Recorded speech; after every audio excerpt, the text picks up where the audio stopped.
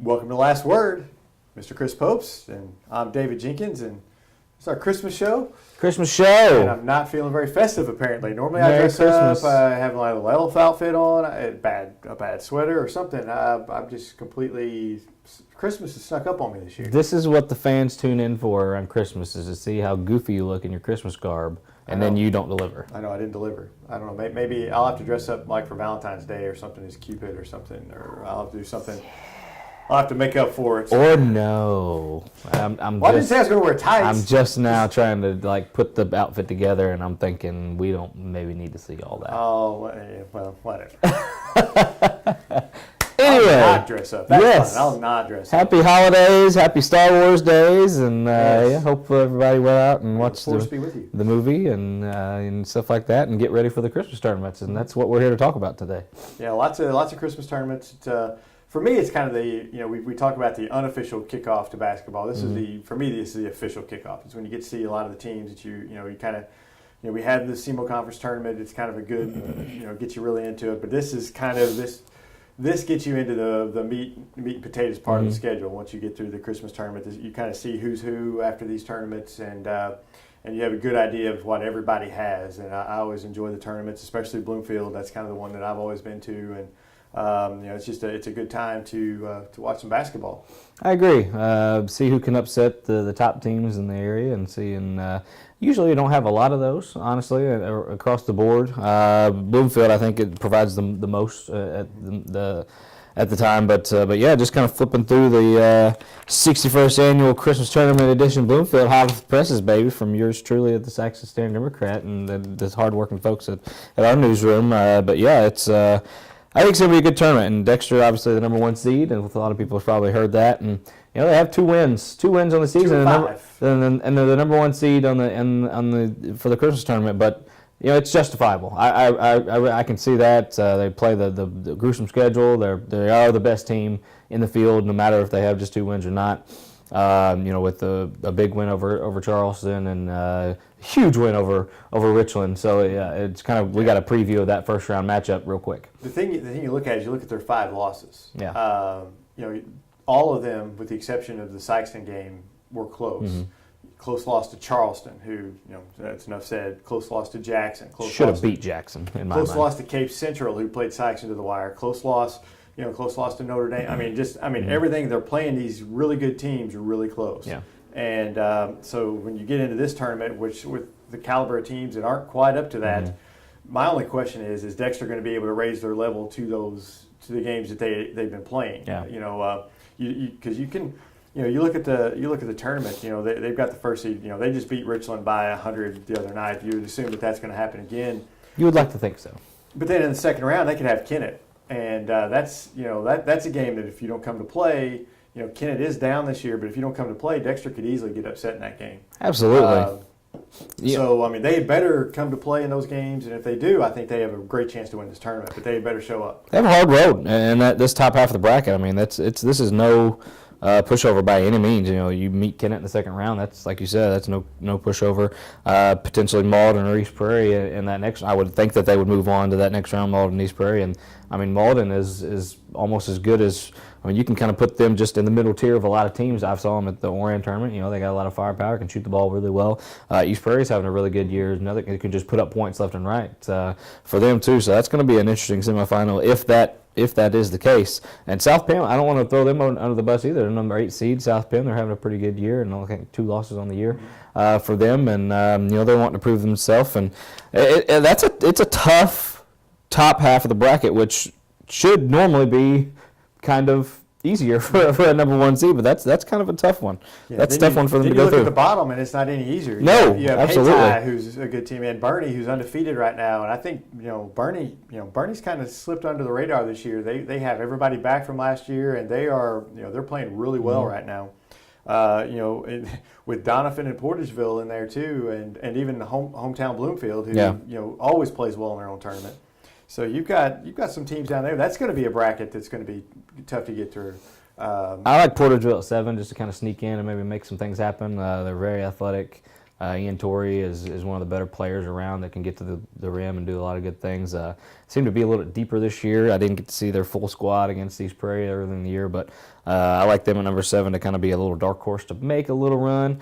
But they have a tough Hayti. I haven't seen them play. I'm excited to see them. I know they're probably filled with a bunch of run and gun athletes that can move the ball, but can they stay consistent? That was the thing. I mean, they stayed consistent for the first 3 games, and then against Dexter they shot horribly last year. So it was just one of those things that just didn't kind of go their way. But yeah, it's a like many years the Bloomfield is. It's a lot of parity, a lot of a lot of upsets that could happen, even with the higher seeds, I think. So it's upset just alert one in of the those first things. round. I'm going to throw it out. I'm going to throw out an upset alert. Throw it out. Donovan be on upset alert in that first round. Donovan versus Puxico. Puxico, they've got some scores, Yeah. and Donovan has a score themselves in Clay Barton, but Donovan's they've got some kids that can score, or excuse me, Puxico's got some kids that can score. They do. That's just one of those games that you just kind of I kind of look at and I'm like, Puxico could pull an upset on that one. I mean, I'm not saying they will, but I'm saying Donovan better come ready to play because Puxico's going to give them a game. The last 2 years that I've saw Puxico in this tournament, they can score. They got guys that can just fill it up. Levi Wood comes to mind as a guy that can fill it up, but just can't stop a thing. Like they cannot guard a fence post. But and I think that's kind of what Donovan's kind of went through this year a little bit. So you've got both of them there. Yeah. Who can outscore who? Can outscore yeah. I feel that one. I feel that one a lot. And who's your finals game? Who's your finals game? Who's your pick? I like Dexter Burney. I really do. I kind of feel that. Hayti has got a great shot, I think, too, as well, just because they just bring so much. They bring a different type of game than a lot of these teams do. They're not going to see a lot of the speed and a lot of the run and gun that a lot of these teams bring for most of the year.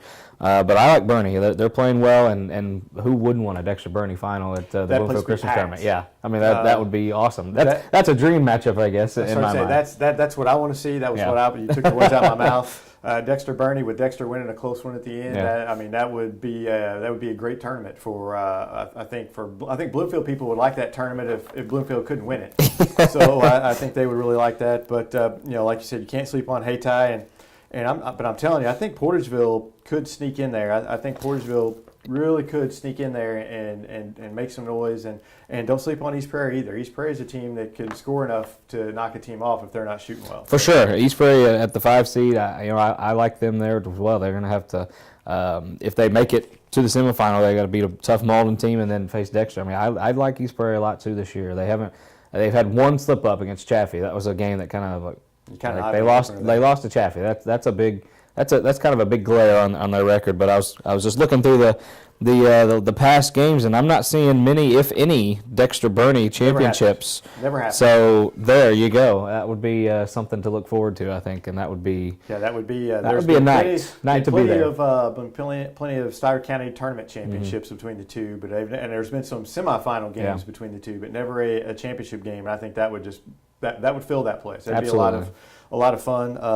That tournament is held December 26th through December 29th. Starts the day after Christmas. We're in straight through, and we'll be there for some of those games, and looking forward to that. And the other big tournament in the area is the Southeast Missourian Tournament in Cape. It starts on the 26th. It runs a little bit different. It goes Tuesday, Wednesday, then they take Thursday off, if I'm not mistaken, and play Friday, Saturday, I think is what the schedule is. I believe so. So their finals will be a night after Bloomfield, and that's also going to help get people into Bloomfield, exactly. And that'll help get people into Southeast Missouri in that night. Cape Central gets a top seed there, and you look at the top 4 once again: Cape Central, Notre Dame, Charleston, Jackson. It's kind of always they're always the top 4 except when you have a Scott Central with an Otto Porter. Those are always your top 4, always kind of the teams battling, and then you always looking for that 5 and 6 team to maybe be one of those small schools that can work their way in this year to Orion and Advance. But I look at those top 4, and I think those top 4 will be in the semifinals. I don't see Advance is the only team I think that can maybe compete with those guys. I've watched Orion a few times this year. After losing one of the Priggle boys, they lost their depth. They're 4 guys, and they're searching for somebody to give them something in that 5th spot, and they're still pretty inexperienced when outside of Jacob Shoemaker and Lane Johnson and Todd Priggle. They're pretty inexperienced after those 3, so it's going to be pretty tough for them to make much noise unless barring some kind of they really worked on something since I saw them last, and I wouldn't doubt that at all with Coach Shoemaker. But Orion, I don't really see them making too big of a push in this one. Advance is the one on the outside looking in, the small schools that can give those big teams. I really think they do. Armani Vermillion, at any point in any game, can look like the best player in the area. I mean, he's one of those guys who can just take over, make some things happen, and it's just not him. I mean, they got Michael Hood, who can just catch fire. We saw that last year in the playoffs and just kind of lead them. And they have other guys that stepping up. The absence of Dawson Mayo and Preston Woopker, they have the best shot to kind of interrupt that SEMO conference mix of the top four, I think, to make a run. But I like Cape Central in this tournament. They really impressed me against Sykeston, but that was against Sykeston, and that's the thing. What team's going to show up, and how are they going to play against this certain team? If they play like they did against Sykeston, nobody's touching them. I'm going to go with Charleston. And I know I like Charleston. Charleston's kind of slumped a little bit, Yeah. but they've had some weeks off. I think Mardarian Clark, he's been injured. I'm assuming he's going to be back and healthy for the tournament. They lost a close one to Notre Dame a couple weeks ago. I think Charleston, Cape Central is your final. I think Charleston, maybe I'm just get rid of the chalk. Yeah. I'm with you, Cal. I was impressed with Cape Central with the way they played. Impressed with Notre Dame with the way they played. But I just think that Charleston losing to Notre Dame earlier this year, I think that kind of motivates them for that game in the semifinals. And then then you go in the championship game, and everybody's kind of motivated when you have a championship game. You get the best of everybody, and I just see Charleston winning the tournament. They've been there before, and they've got some guys that have a lot of pride. I'm gonna take Charleston over Cape Central in a close one. Yeah, Charleston, Cape Central in the championship is what Notre Dame, man. It's really hard to go against them because they play so well. They have been playing so well at the games that I've seen them play. But I like Cape Central to win this one. I was just really impressed with the way that they've improved so much from last year and even from game to game. But the fear always of taking Cape Central is what Cape Central team's going to show up. Yeah, when are they going to lay their egg? Yeah. Because they're going to lay one at some point, and you just hope that's they lay their egg in the semifinal or the quarterfinal where they can get past the Scott Central Chaffee winner, and it's not in the semifinal, because if it's in the semifinal, they probably don't advance. So and then they're probably going to face Jackson in that semifinal. So it's Jackson.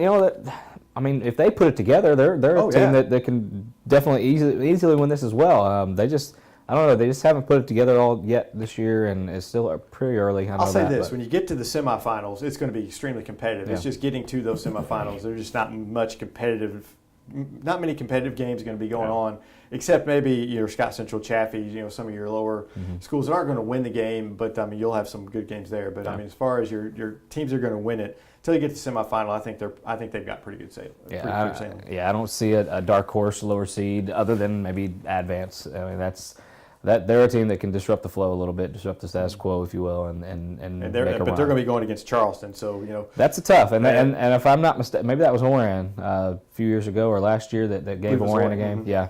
But Advance, I think they're extremely capable of giving Charleston a game. I really do. They can't fall behind. They have a tendency to fall behind and try to claw their way back up and stuff like that. I think what we learned from Charleston is Charleston can run. If you run with them, Charleston's going to love it. If you slow it down, Charleston struggles. They do. And I don't know if Advance can play that type of basketball. I don't know. I think Orion can play that type that causes Charleston some problems. I don't think Advance can do that. I think Advance, kind of their game is to kind of get out and run, and I think that will just play right into Charleston's hands. I hope I'm not going to say I hope I'm wrong, but I'd love to see a good game there and have Advance, because that makes it fun when a smaller school jumps in there. But Charleston's my pick to win the whole thing, so I'm going to stick with them. I hear you. Let's touch a little bit on the St. Dominic Christmas tournament that Sykeston's in, that they've won. Sykeston Classic. That they've won 17 times in a row now. But they lost it in 2013. I think they lost once. They've lost once, but they've made the championship. Ever since in that tournament. Since they've been in it, they've made the championship game. They've won it. I think they've 6 been out in of it 7. 6 out of 7. Yeah, that's 6 out of 7. So they have a great shot of winning it again. And they picked up a great win over Notre Dame this past week without Fred Thatch, which that was huge, I think, for their confidence, just to say, hey, we can do this without our star on the floor, and get some good confidence, get some things. And you'll give Fred some time off. He's battling a foot injury, and there's no guarantee he's going to be ready for the St. Dominic tournament. They think he might be, but they're not going to push him. I mean, if he's not ready, they're going to play without him. I mean, you look at their first round game, they're going to have Luther and St. Charles. I mean, they should get past them. Holt, Parkway North, that would be the semifinal. One of those two, you think they get past them. So you have maybe Fort Zumwalt South. But the thing about this tournament is, it seems like some years they're playing the 7th seed in the championship. I mean, there's different teams come out of this, and we don't know a lot about those teams except that there's usually one team up there that gives Saxon a good game. Yeah. And so you look at it's a good tournament for Saxon. They get to get away from the area, play some different types of teams, different brands of basketball, see different officials, which is big whenever you get into the playoffs. So this is just a tournament to help get them playoff ready, and they look good to win it again. I mean, obviously they're the top seed, so people are expecting them to win it again. Yeah, I wouldn't think anybody would be better than them in this tournament, and then it's for the most part they haven't over the years. And the strength of the tournament is a kind of concern to me. I don't think that they just see there's some top tier St. Louis teams. Oh no, I don't think so. I don't think that at all. But I do agree with you as far as it's a good tournament for them. They get out, see a different brand, and like you said, I think maybe seeing the northern officials and see how it's called, I think is huge for those kids, especially kids who aren't used to it. I mean, they have new guys and new inexperienced players from this area that needs to see that and needs to see how other teams play them and stuff like that. So, yeah, it's good for them. I think I don't think they walk, but I think they comfortably win this tournament. It seems like they always have one good game in it. They do. I mean, it does. It seems like they always have one. They kind of roll through two, and then they always have one, whether it be the semifinals, the championship, kind of depending on how it falls. But so they usually get one good game out of it. And there's usually one good team up there that can kind of compete with the Sykeston. So. That tournament is December 27th, 28th, and 29th, so Wednesday, Thursday, Friday.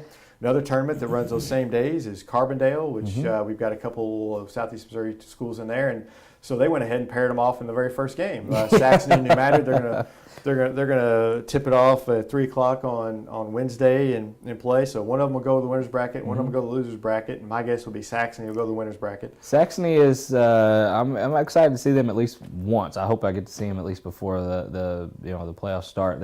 They're excited about this year. I know they lost a few guys from last year, but I fully expect them to get past New Madrid in that first round. And they played really well in this tournament last year. So, they did. I believe they made the semifinal of that, I want to say they made. Did they win their bracket? Win their bracket and made the champion the overall championship where they played.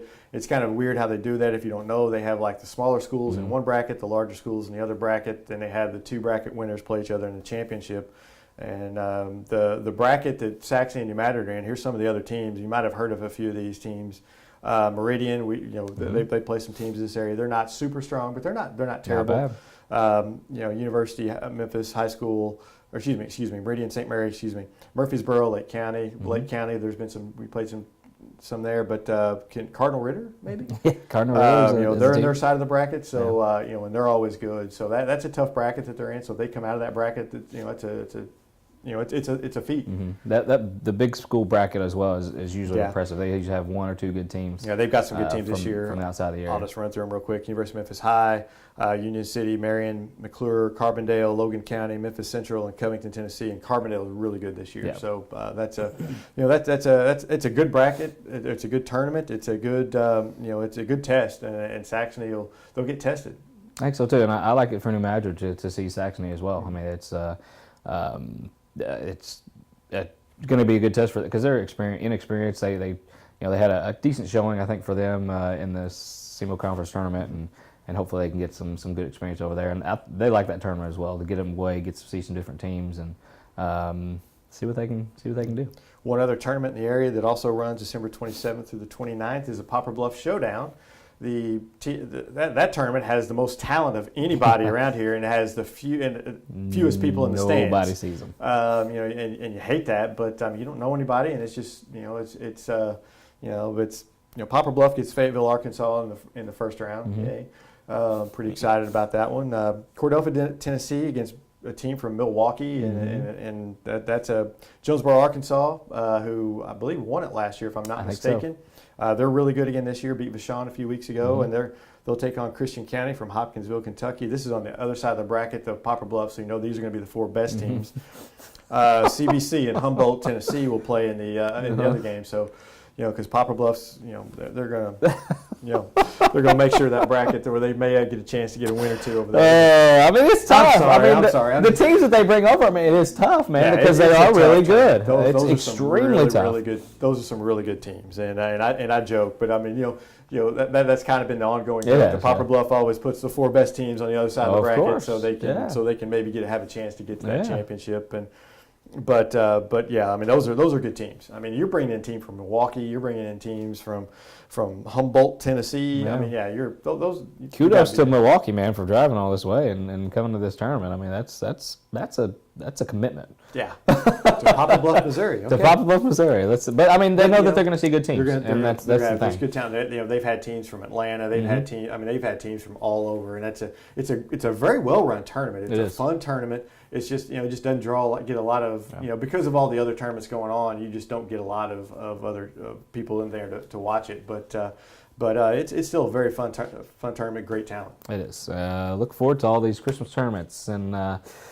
Bunch of them. We didn't even hit on some of them, the girls and stuff like that. We currently have the Twin Rivers Lady Royals. Dexter Neelyville, for sure. That'll be your final, and that'll be I think for the 5th straight year. I think. Yeah, they love to see each other in that tournament. But we have that. Sykeston's in one. I know over the other St. Dominic Christmas tournament. 7th seed up there. 7th seed. They desperately need some positive. They're not doing so hot. They're kind of struggling a little bit, but they're young, so they're very young. They'll grow and do something. So. Anyway, Christmas tournaments. Come on out. We'll be at the Bloomfield Christmas tournament for most of the games. Not saying we'll probably be there for all of them, but we'll definitely give the coverage that we'll be there for the winners brackets. Yeah, we'll be there for the winners brackets games and stuff like that. So, we'll come say hi and we'll hope to see you there. Everybody have a Merry Christmas. Absolutely. And we'll see you in a couple of weeks on The Last Word.